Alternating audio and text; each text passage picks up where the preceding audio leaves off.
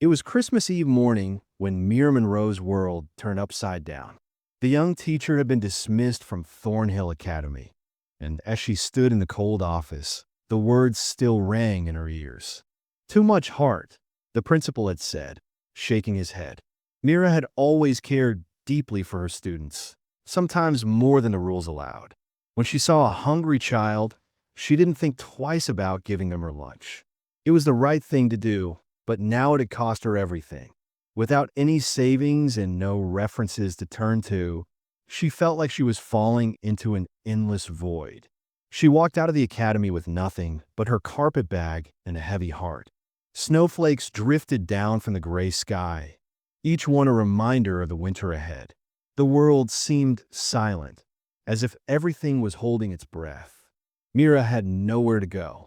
She pulled out a week-old newspaper from her bag and began scanning the small print for work. Her eyes stopped on a job ad. Teacher needed, remote ranch, room and board. Contact Sterling Ranch. Desperate, she picked up the phone and called. No interview, no questions. She was hired on the spot. The decision wasn't ideal, but with no other choice, Mira packed her things and prepared for the journey. The wagon ride to Sterling Ranch was a long and bumpy one. The cold wind bit at her skin, and the snow piled higher with every mile. The driver, a grizzled man who seemed as old as the land, turned to her and muttered, "Sterling's place is rough country. Be ready for anything." His warning made Mira's stomach tighten, but she forced a smile, determined not to let fear show. The journey felt like an eternity, and when they finally arrived, it was like stepping into another world. The cabin was small, weathered by years of harsh winters and unrelenting winds. It looked nothing like the warm, welcoming school she had dreamed of when she started teaching. There were no white picket fences, no lush gardens, just a humble building with a patched roof and frozen laundry hanging from a nearby line. The ground was hard, the fences rope, and everything seemed so isolated. Yet, despite the poverty, it had a quiet, austere beauty. Mira had grown up in modest surroundings, but this was different, more rugged, more raw. She stepped out of the wagon and trudged through the snow, the crunching sound beneath her boots echoing in the stillness. She couldn't shake the feeling that this was the beginning of something far bigger than she had imagined. As Mira approached the door, a tall man with broad shoulders stepped out to greet her. His worn clothes and rough hands told a story of hard work, but it was his face that caught her attention. Callum Sterling's eyes were sharp, but there was a sadness behind them that spoke of a deeper pain. He gave her a curt nod and invited her inside. "Miss Monroe, come in. Cold out here," he said in a low voice. There was no small talk, no pleasantries, just a quiet acknowledgement of her presence. Inside the cabin, Mira was introduced to Lisa, Callum's young niece. Lisa was only 8 years old, but looked far older than her years. She sat silently in the corner, her eyes filled with a quiet sorrow. She hadn't spoken since the fire that took her parents' lives, and the silence between them was thick. Mira's heart ached for the girl, and she wondered if she would ever be able to break through the wall of grief that surrounded her. The cabin was humble, a single room with little more than a small stove, a few chairs, and a thin stew simmering in a pot. The only books were worn and tattered, but there was a cleanliness to the space that stood in contrast to the poverty. Callum offered her a bed in the loft, but it was clear that his focus was on Lisa. He handed the girl a larger portion of the meager meal, while he took the smallest, barely enough to sustain him. Mira watched in silence, her heart torn. He's starving himself for her, she thought. The sight of it only deepened her desire to help, to be part of this broken little family, even if it meant sacrificing her own comfort. As the evening wore on, Lisa handed Mira her rag doll, a small, silent gesture that spoke volumes. Mira accepted it with a gentle smile, feeling a connection to the child despite the barriers of grief and silence that separated them. The fire crackled in the corner, and for the first time since her dismissal, Mira felt a small flicker of hope. She may not have found the warm classroom she had once dreamed of, but here, in this humble cabin, she could make a difference. But there was something strange about Callum, something he wasn't telling her. She couldn't put her finger on it, but the quiet, rugged rancher seemed like he was hiding something, a secret buried deep within the folds of his life.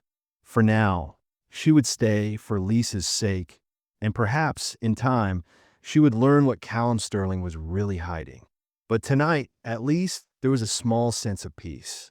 The snow fell gently outside, and Mira, despite everything, allowed herself to feel a glimmer of safety. It was a new beginning, though she couldn't shake the feeling that this journey was just starting. The next few hours were a blur of strange warmth and silence. Mira sat across from Lisa, who had never once raised her voice in the time she'd been there. The stillness in the cabin felt strange, almost suffocating, as if even the walls held their breath.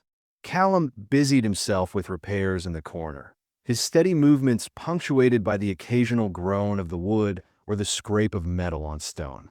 Despite the warmth from the fire, the chill in the air seemed to seep into the cabin, like a constant reminder of the harsh world outside. Mira could feel it, too, this constant tension that hung between them all, as though they were all holding on to something they couldn't quite grasp. When she finally managed to teach Lisa how to trace the letter E in flower, there was a faint glimmer of hope. The child's hand shook as she traced the letter, but there was something almost miraculous about it. This simple act, this fragile step toward recovery, made Mira's heart swell with a mix of pride and sorrow. She knew this wasn't going to be easy, but if there was one thing she had learned in life, it was that sometimes the hardest battles were the ones worth fighting. As the day wore on, the shadows grew longer, and the cold outside seemed to bite harder. The wind howled against the walls of the cabin, but inside, the warmth of the fire offered a strange kind of comfort. Dinner was a meager affair, a far cry from the holiday feast Mira had once enjoyed in her childhood. The venison was tough, the beans undercooked, and the cornbread dry, but it was all they had. Yet, despite the poverty that surrounded them, there was something deeply human about it all. Mira felt herself drawn to the simplicity of the moment, the rawness of their existence, and she found a sense of belonging in this small, humble cabin. She took a deep breath and handed Callum her last possession, a tin of tea she had carried with her from the academy. It wasn't much, but it was all she had left of her former life. "I thought you might like this," Mira said quietly, her voice thick with emotion. Callum's eyes flickered with surprise before a faint smile tugged at the corners of his lips. He didn't say anything at first, but Mira could see the emotion in his eyes. "Ain't had tea in a long time," he murmured, his voice breaking ever so slightly. Mira watched as he poured the tea into an old cup, his hands shaking slightly. It was a simple gesture, but in that moment, it felt like they were sharing something much more profound than just a drink. As they sat together, eating their meager meal, there was a moment of quiet that seemed to stretch out forever. Lisa, sitting beside them, whispered her first word in 6 months. "Thank you." Mira felt the tears welling up in her eyes as she looked at the child, and Callum, too, blinked rapidly, his own eyes glistening with unshed tears. They were all crying quietly without words, and yet, in that moment, they felt like a family. It wasn't much, just a few moments of shared humanity in the middle of a cold winter's night. But it was everything. After dinner, they sat by the fire, the warmth from the flames casting flickering shadows on the walls. Mira glanced at Callum as he worked near the hearth, his broad shoulders hunched over as he whittled a piece of wood. She couldn't help but notice the way he held himself, the way he carried himself with a quiet strength that seemed at odds with the poverty he appeared to embrace. She had seen it before, that quiet dignity in the face of hardship. But something about Callum Sterling seemed different, more complicated. There was a story behind his eyes, something he wasn't saying, something he was hiding. As the fire crackled, the stillness between them grew. and Mira's thoughts swirled with questions she couldn't answer. Why did Callum live like this, in such apparent poverty, when he clearly had resources? Why did he go to such lengths to hide his true nature? She couldn't shake the feeling that there was more to this man than met the eye. Her mind raced, trying to piece together the puzzle that was Callum Sterling. She had seen glimpses of it earlier, the small details that didn't add up, the way he'd hesitated when she'd mentioned her past, the way he had quickly hidden his gold pocket watch, the way his boots, though worn, were made from fine leather. And then there was the horse, Sable. The horse wasn't the kind of animal you'd expect to find on a poor ranch. It was a thoroughbred, sleek and strong, not a workhorse. Mira knew horses, and she could tell Sable was no ordinary animal. She had seen people like Callum before, the ones who try to hide their wealth, not out of shame, but out of something else, something more complex. But why? She glanced at Callum, who was still focused on his task, his hands moving methodically as he worked. She couldn't deny the attraction she felt toward him, despite the mystery that seemed to surround him. There was something raw and genuine about Callum, something that drew her in. But the more she thought about it, the more the questions bubbled to the surface. The inconsistencies, the hidden signs of wealth, they couldn't be ignored. Mira had learned to read people, and she knew when someone was hiding something. She wasn't sure what it was yet, but she intended to find out. The evening passed quietly, and as the fire burned low, Mira began to feel a strange sense of peace. It wasn't the peace she had once known, the kind that came with comfort and certainty. No, this was different. It was the peace of knowing that even in the midst of hardship, even in the face of uncertainty, there was still something worth holding on to. For the first time in a long time, Mira felt like she belonged. But as the night wore on, she couldn't shake the feeling that something was still amiss. There was a tension between them, a quiet undercurrent that neither of them was acknowledging. She could feel it in the way Callum avoided her gaze, in the way he kept his distance, even when they were sitting so close together by the fire. He wasn't the type to show weakness, but Mira knew that something had happened to him, something that had shaped him into the man he was now. And she couldn't help but wonder if she was being drawn into something far bigger than she had anticipated. As the night drew to a close and they all retired to their respective places, Mira to the loft, Callum to the small cot near the fire, she lay awake, staring at the wooden beams above her.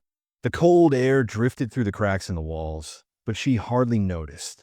Her thoughts were consumed with Callum, with Lisa, and with the strange feeling that this was just the beginning of something that would change her life forever. Tomorrow, she would learn more about Callum, and perhaps about herself too. But for now, as the wind howled outside and the snow piled up in the night, Mira let herself drift into a restless sleep, knowing that everything had changed. The days that followed Christmas Eve settled into a quiet rhythm, one Mira quickly adapted to as she spent her mornings teaching Lisa the basics of reading and writing, her afternoons helping around the cabin despite Callum's persistent refusals, and her evenings sitting beside the fire, reading aloud to Lisa while Callum worked nearby. By the third day, she had already taught Lisa how to write several letters and words. And though the little girl was still shy and withdrawn, there was a spark of something in her eyes whenever she successfully traced a letter. Mira could see it, a kind of hope, a flicker of life that had been absent for so long. But it wasn't just Lisa who was changing. Mira had started to see the way Callum moved through the cabin with such quiet purpose, like a man who was used to working alone, keeping his thoughts to himself, but always aware of what was going on around him. It was clear that Callum was a man of contradictions. He was strong, yet haunted by something. He spoke little, but when he did, his words were always measured, always careful. He had a way of avoiding her gaze whenever she looked too closely, as if afraid that she might see through the wall he had built around himself. But Mira wasn't one to back down.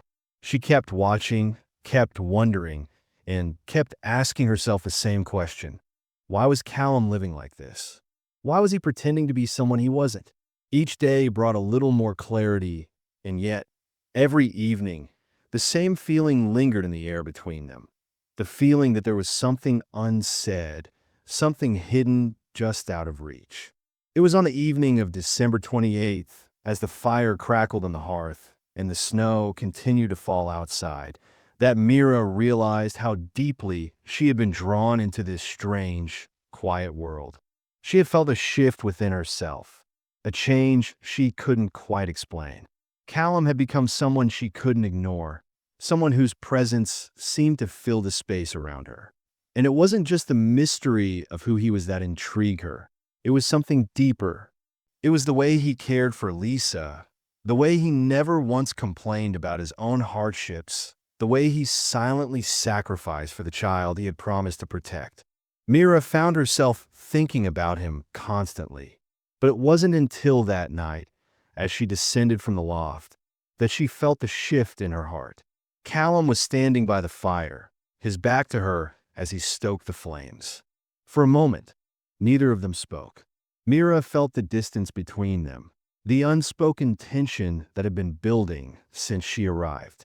The cabin felt smaller, the air thicker with anticipation. She could feel her pulse quicken as she approached him, and when he turned to face her, his eyes caught hers for the first time in days. "Mira," his voice was low, like a soft whisper, and for a moment, it felt as if the world had paused. There was something in his gaze, something unspoken that made her breath catch in her chest. They stood there for what felt like an eternity, neither of them moving, neither of them knowing what to say. But before either of them could speak, the silence was shattered by Lisa's frightened voice calling out from the loft. The moment was gone, and Mira quickly moved to the stairs to check on her. As she climbed the ladder to the loft, she couldn't shake the feeling that something had shifted between them. She wasn't sure what it was, but the attraction she felt for Callum had become undeniable. But the next morning, as if nothing had happened, Callum returned to his usual routine, and Mira tried to do the same. The sense of distance between them was palpable, but it wasn't just physical, it was emotional. Callum kept his silence, and Mira kept her questions to herself, though they nagged at her constantly. But the world outside wasn't standing still, and soon everything would change. On the morning of December 29th, as Mira sat by the stove, teaching Lisa multiplication with stones, the sound of hooves pounding against the frozen earth echoed outside. The door flew open with a gust of cold wind, and in rushed a man, his face flushed with anxiety. "Mr. Sterling," the man exclaimed.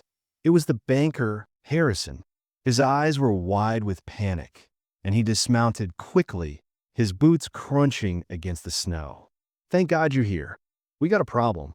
Callum was at the door in an instant, his brow furrowing with concern. "What's going on?" he asked, his voice sharp yet measured. Harrison didn't waste any time. The railroad consortium vote moved up. The plans have changed. They're going to push forward with the vote today. "Mr. Sterling, this affects everything. Your holdings, your mining interests, the land acquisitions, it's all at risk." Callum's face remained stoic, though Mira could see the tension in his jaw, the way his shoulders tightened. "Lower your voice," Callum said, his tone firm, but with a hint of something else, something that made Mira pause. Harrison, however, was too frantic to notice. "Sir, this is over $300,000 we're talking about. You can't just ignore this." The words were out before Mira could process them. 300,000 holdings. The pieces clicked into place as she listened from the window. She stood frozen, her mind racing as she pieced together the details of the conversation. Callum had never mentioned any of this: his wealth, his holdings, his involvement in something this big. Mira's heart pounded as she thought about everything she had noticed in the last few days: the fine leather boots, the gold pocket watch, the thoroughbred horse, and now this. The man she had been trying to understand, the man who had invited her into his home, was one of the wealthiest men in the region. And yet, He had chosen to live in such humble conditions, to pretend to be someone he wasn't. She glanced at Callum, who had caught her eye, his expression one of resignation. There was no hiding it now. He knew that Mira had heard. The truth hung heavy in the air, a wall that now separated them. Harrison, still oblivious to the tension between them, was eager to move on. "This is huge, Mr. Sterling. The railroad, the money, this could change everything." Callum's response was calm, controlled. "Go back to town, Harrison. I'll handle it." The banker looked at Mira, then back at Callum, a nervous glance passing between them. He didn't say another word before he turned and hurried out of the cabin. The door slammed shut behind him, and a cold silence followed. Mira felt the weight of the moment settle over her, the truth sinking in. She stood still for a moment, her breath catching in her chest. "Mr. Sterling," she began, her voice cold and steady. Callum wouldn't meet her eyes. His gaze was fixed on the floor, his shoulders slumped as if the weight of the world had suddenly fallen on him. "You're one of the wealthiest men in Montana Territory," Mira said, her voice low. "And yet you chose to live like this?" Callum didn't respond at first, but the guilt was evident in the way he avoided her gaze. "I didn't want you to pity me," he finally muttered, his voice rough. "I didn't want anyone to know. I thought if I could live like this, if I could keep it simple, I might finally fix something." Mira didn't know what to say. The truth, the full weight of it, was more than she had anticipated. She felt a strange mix of betrayal and understanding. There was more to Callum than she had realized, more than she could have ever imagined. And in that moment, as they stood together, the silence between them spoke louder than any words ever could. The truth was out, and now nothing would ever be the same. The silence in the cabin after the banker's hurried departure felt deafening, the air thick with the unspoken words between them. Mira stood frozen, staring at Callum, her heart racing with confusion and betrayal. The man who had appeared so humble, so grounded, was nothing like she had imagined. He wasn't a struggling rancher trying to make ends meet. He was a wealthy man, a man of power and influence, hiding behind a facade of poverty. The realization hit her like a cold slap in the face. She had given him her last possession, her tin of tea, believing he was starving, and now she understood the depth of her mistake. It wasn't just about the tea, it was about everything. The charade he had been playing, the secrecy, the lies. She had trusted him, and he had lied to her. Her emotions surged, a wave of anger and hurt crashing over her. She took a deep breath, trying to steady herself, but her voice came out sharp, the words tumbling out before she could stop them. "Were you ever going to tell me?" she demanded, her eyes burning with hurt. Callum didn't meet her gaze. He was standing by the fire, his back to her, his hands clenched into fists at his sides. There was a long, painful silence before he finally spoke, his voice low and measured. "I don't know." His response only fueled her anger. She had come here, thinking she was helping, thinking she was part of something real, something raw, but now it felt like everything was a lie. She had been a fool. "You let me pity you," she cried out, her voice cracking with emotion. "I gave you my tea, my last possession, thinking you were starving. I thought I was helping, Callum. I thought I was doing something good." Her chest heaved with the weight of it all. "And you live like this, pretending to be poor when you're a millionaire." The words hung in the air like poison, a bitter truth she couldn't undo. Callum flinched, but he didn't turn around. His voice was calm, almost distant, as he explained, "This cabin was my brother's. The clothes were his." His words were quiet, but they carried a weight that made Mira's stomach twist. "I wasn't there when he needed me," he continued, his voice breaking slightly. "I was in Helena, signing contracts, making deals, while my brother burned to death in that fire." His hands gripped the edge of the mantel, his knuckles white with the tension. "Money doesn't bring anyone back." Mira's anger faltered for a moment, but it was quickly replaced with confusion and a deep sense of betrayal. She hadn't expected this. She hadn't expected the man she had been trying to understand to be so broken, so full of guilt. But it didn't make the betrayal any less painful. She stepped forward, her voice shaking with emotion. And me? Was I just another act of penance for you? She felt her heart break with every word, but she couldn't stop herself. You brought me here, put me in this cabin, and made me think I was helping you when all you were doing was hiding behind a mask. Why hire me at all? You could have afforded the best tutors, the finest education for Lisa. Why me? The question hung in the air, and for a moment, Callum didn't answer. He was silent, his back still turned to her. She waited, the seconds stretching into minutes, before he finally spoke, his voice quiet and regretful. You answered when no one else would, he said, his words heavy with meaning. I needed someone who understood what it was like to have nothing. Someone real, someone who wouldn't judge me. You stayed, expecting nothing. That's why I hired you. Mira was silent, the weight of his words sinking in. She had been so sure of him, so sure of the connection they had shared, but now everything felt tainted. He had been testing her, watching her, and she hadn't even known it. The truth was hard to accept, but it was the only thing left between them. She swallowed hard, trying to make sense of it all, but she couldn't. She didn't know what to feel anymore. Her eyes burned with unshed tears as she tried to understand the man standing before her. The man who had been playing a game she hadn't even known she was part of.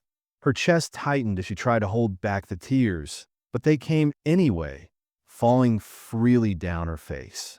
You were testing me, she whispered, the realization dawning on her. Callum's shoulders sagged, and he turned to face her, his eyes filled with a mixture of regret and something deeper, something that she couldn't quite place. Yes, he said quietly, I was testing you. I needed to know if you would stay, if you would care, even when you knew the truth, even when you knew who I really am. The words hung in the air, thick with the weight of everything that had passed between them. Mira took a deep breath, wiping her eyes with the back of her hand. She wasn't sure what she felt anymore. She had come here expecting one thing, and now she was faced with a completely different reality. She had been a fool, but so had he. You shouldn't have done this, she said, her voice shaking with emotion. You shouldn't have put me in this position.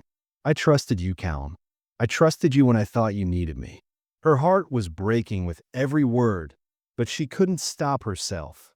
And now I don't know what to believe. The silence that followed felt unbearable. Callum took a step toward her, but Mira held up her hand, signaling him to stop. She needed space, needed time to process everything that had just been revealed. She wasn't sure what she wanted, but she knew she couldn't stay here, not with this weight hanging between them. I need to go, she whispered, though she didn't know where she would go. She couldn't stay in this cabin any longer, not with the lies and the secrets weighing her down. I can't do this, not now. But as she turned to leave, she heard Callum's voice, low and filled with pain. Please, he said, his voice breaking.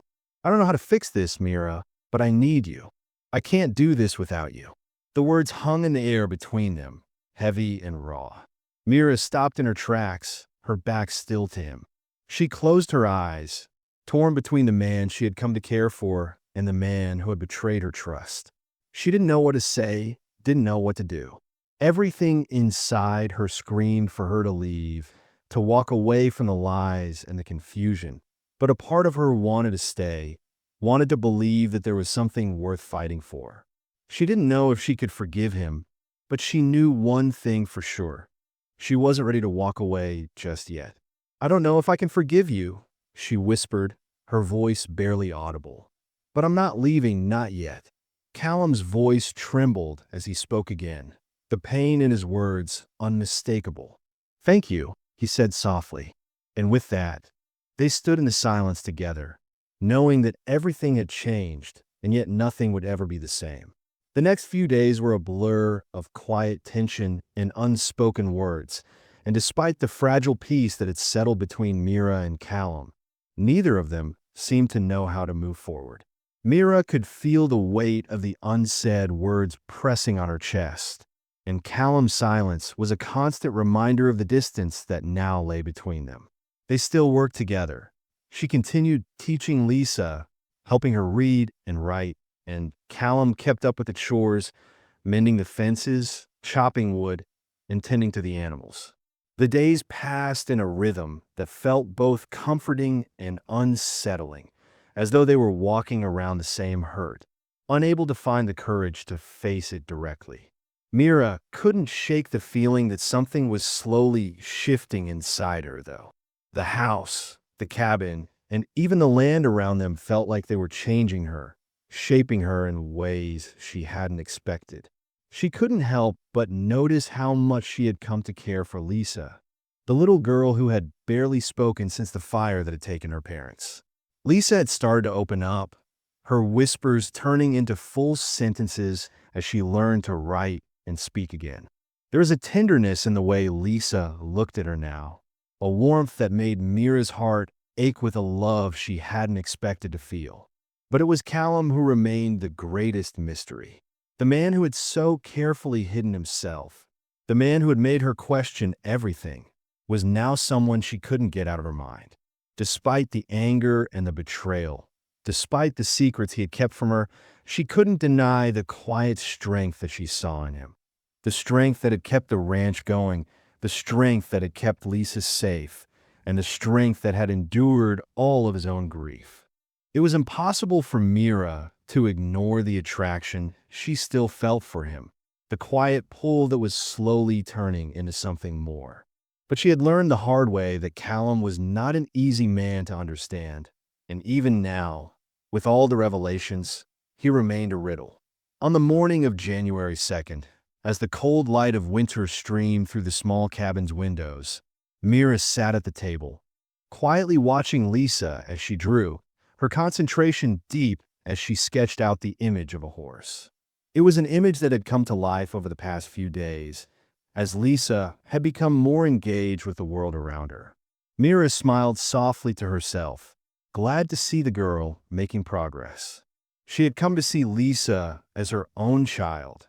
In a way, someone she had been given the responsibility of caring for, teaching, and protecting. But there was something else happening, something that Mira couldn't ignore.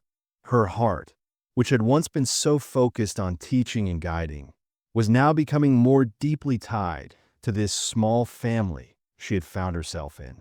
She wasn't just teaching Lisa, she was becoming part of their story. And Callum, he had become something else, something more complicated. She could feel his presence, even when he was in the room. It was as if he was always there, watching from the shadows, his quiet intensity never far from her mind. She had tried to push him away, tried to protect herself from the emotions that swirled in her chest. But the more she tried, the more she found herself drawn to him. She knew that she couldn't stay in this strange, tense space forever. Something had to change, and she knew it had to come from her.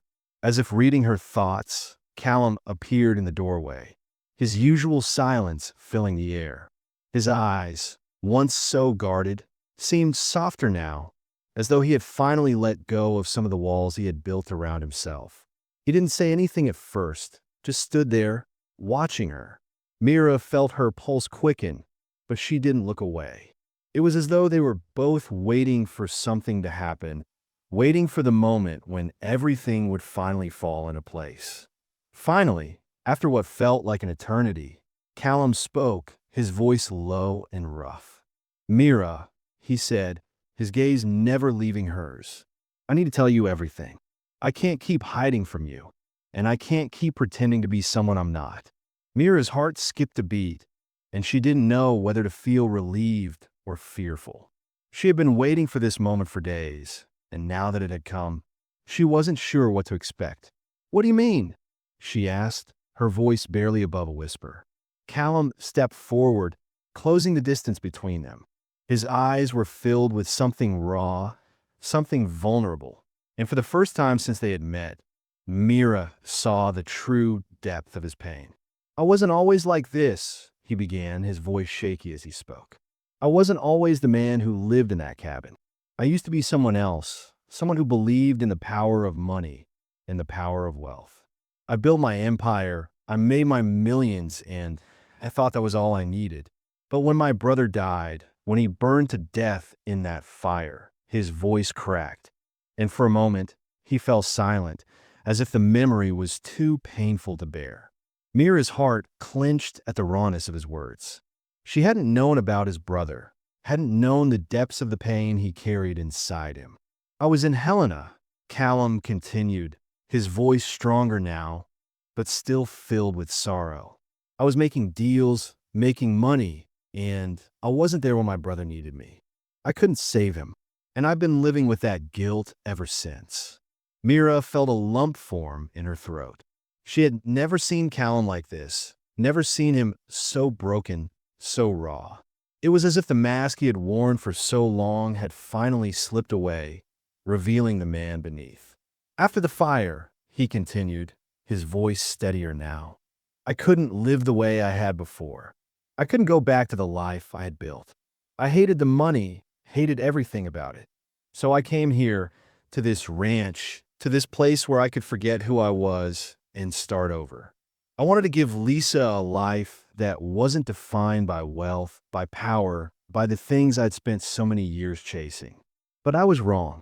Mira's breath caught in her throat as she listened to him, feeling the weight of his words pressing down on her. She didn't know what to say, didn't know how to respond. She had always seen Callum as a man of strength, a man who had everything figured out. But now, she realized just how much he had been hiding, just how much he had been carrying on his shoulders. You didn't have to do this alone, Mira said softly, her voice filled with compassion. You didn't have to hide from me. I would have understood. Callum looked at her, his eyes filled with gratitude and regret. I know, he whispered, but I didn't want you to pity me. I didn't want you to see me as the man I had become. I wanted you to see me for who I really am, the man who wants to make a difference, who wants to do something good for the people who matter. Mira's heart swelled with emotion as she reached out and placed a hand on his arm. You've already made a difference, she said quietly. Not just for Lisa, but for me too. I came here to teach her, but I think you've taught me more than I could ever have imagined. Callum looked at her, his expression softening. For the first time in days, he allowed himself to smile, a small, tentative smile that spoke volumes. Thank you, he whispered, for everything. Mira smiled back, feeling the weight of the past few days lift from her shoulders. They had both been hiding from each other, but now, in this moment, they were finally standing in the truth. And somehow, it felt like a new beginning, a beginning that neither of them had expected, but one that was more real than anything they had ever known. As they stood there, together in the warmth of the cabin, the world outside seemed a little less cold, a little less uncertain. They had found something in each other, something deep and meaningful, and they both knew, without saying a word, that this was only the beginning of a new chapter in their lives.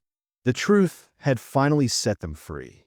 Months passed, and with each passing day, Mira found herself more deeply woven into the fabric of Callum's life and the ranch that had become her home. The winter thawed, and with it came a sense of renewal, not just in the land around them, but in the hearts of those who inhabited it.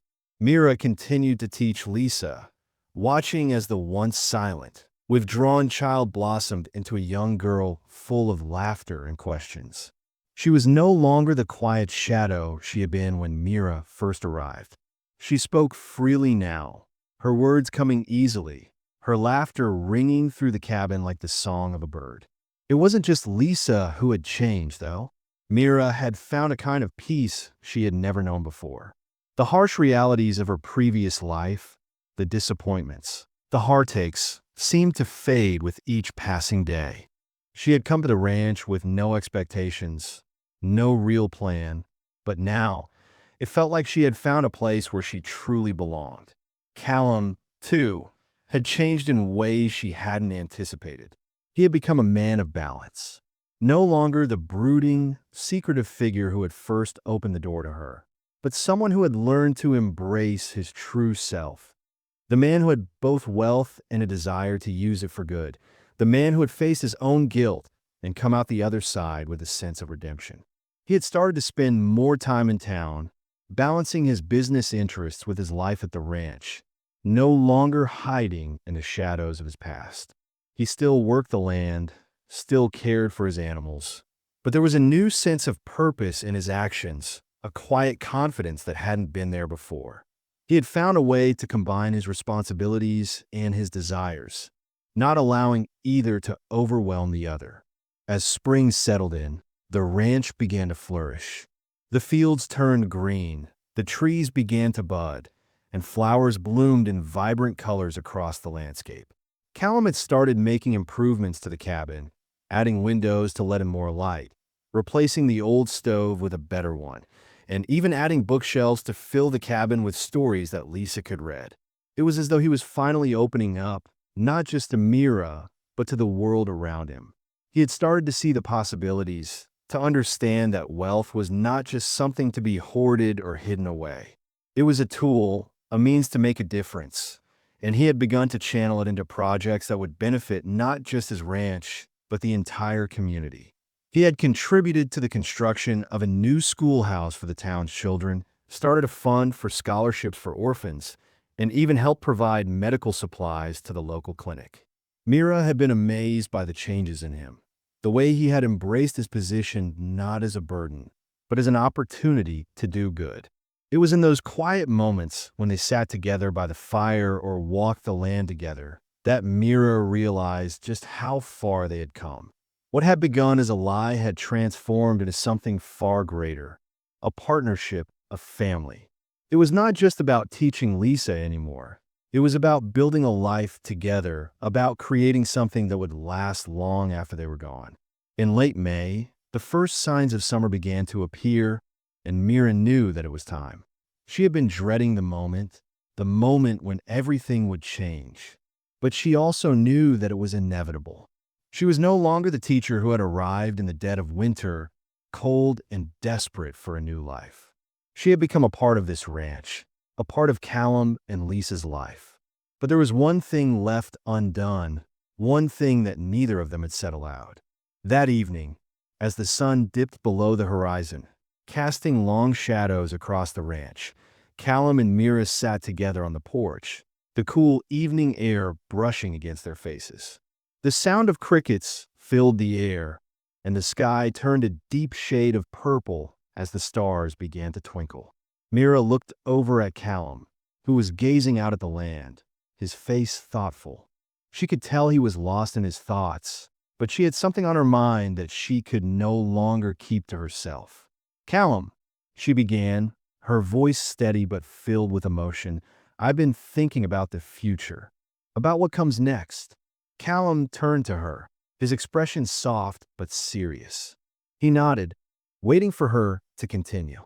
"I don't know what will happen with the ranch, with the land, with all of the things you're doing, but I know one thing for sure.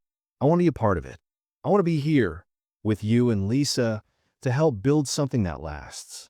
She paused, her heart pounding in her chest. She had never said anything like this before, and yet it felt right. "I'm not going anywhere," she finished, her words final. Callum's eyes softened, and for a moment, the world seemed to stand still. He reached out, taking her hand in his touch warm and reassuring. "Mira," he said quietly, his voice filled with emotion, "I've never been good at asking for things, at letting people in. But with you, I don't have to pretend anymore. I don't have to hide who I am or what I want. I want you here, too. I want you with me for all of it." Mira's heart fluttered at his words, and she knew in that moment that everything had changed. They weren't just two people living in the same cabin anymore. They were a family, bound together by love and by choice. The past was behind them, and the future was ahead, but it was something they would face together. The next morning, after a peaceful night's sleep, Mira woke up to a sense of calm she had never known. The cabin felt different now, not just in the way it had been improved, but in the way it felt like home. As she stepped outside to start the day, she could see Callum already at work, tending to the animals, his movements fluid and confident. Lisa was at the porch, playing with a small group of children from the nearby town, her laughter filling the air. Mira smiled, knowing that this was the life she had chosen, the life she had always wanted. But it wasn't just the land or the animals that had changed. It was them. It was their love, their connection, and their commitment to each other that had transformed them into something stronger than they had been before. That evening, as the sun dipped below the horizon, they returned to the cabin for a simple dinner. The table was set with the same humble fare they had shared in the early days: venison, beans, cornbread. But now, it felt different. It was a symbol of everything they had built together, everything they had overcome. As they sat together, eating and talking, Mira looked around at the faces of those she had come to love, and she realized that, no matter what the future held, she was exactly where she was meant to be. A year later, they returned to the cabin for their anniversary, a small tradition that had begun on that first Christmas Eve. The cabin was still standing, though it had been preserved as a guest house, with a new home built nearby. The snow had fallen again, covering the earth in a blanket of white, and the fire crackled warmly in the hearth. Mira sat on the porch, watching as Lisa played in the snow, laughing as she built snowmen with the children from the town. Callum joined her, sitting by her side, and together they watched their daughter play, knowing that they had built something truly beautiful, something that would last. As the night drew to a close, they sat together, their arms wrapped around each other, content in the knowledge that, no matter what the future held, they had everything they needed. And as Mira looked at the cabin, at the land, and at the life they had created, she knew that the real wealth they had found wasn't in gold or land. It was in each other, in the love they had built, and in the family they had become. It was a wealth that couldn't be measured in dollars or property, but in moments, moments of laughter, of love, and of understanding. And as the snow continued to fall around them, Mira smiled, knowing that this was home, and that home, for her, was right where she was.